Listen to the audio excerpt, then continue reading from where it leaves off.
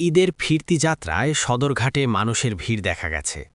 লালগঞ্জ ইলশা ঢাকা রুটসহ বিভিন্ন লঞ্চঘাটে যাত্রীদের উপচে পড়া ভিড়ের কারণে ভোগান্তি তৈরি হয়েছে। ঘটনার বিস্তারিত। স্থান: সদরঘাট লঞ্চ টার্মিনাল, ঢাকা। সময়: ঈদের পর ফিরতি যাত্রা। পরিস্থিতি: হাজারো মানুষ লঞ্চঘাটে ভিড় করছে, যাত্রীদের ভোগান্তি বেড়েছে। কারণ: ঈদের ছুটি শেষে কর্মস্থলে ফেরার তাড়াহুড়ো।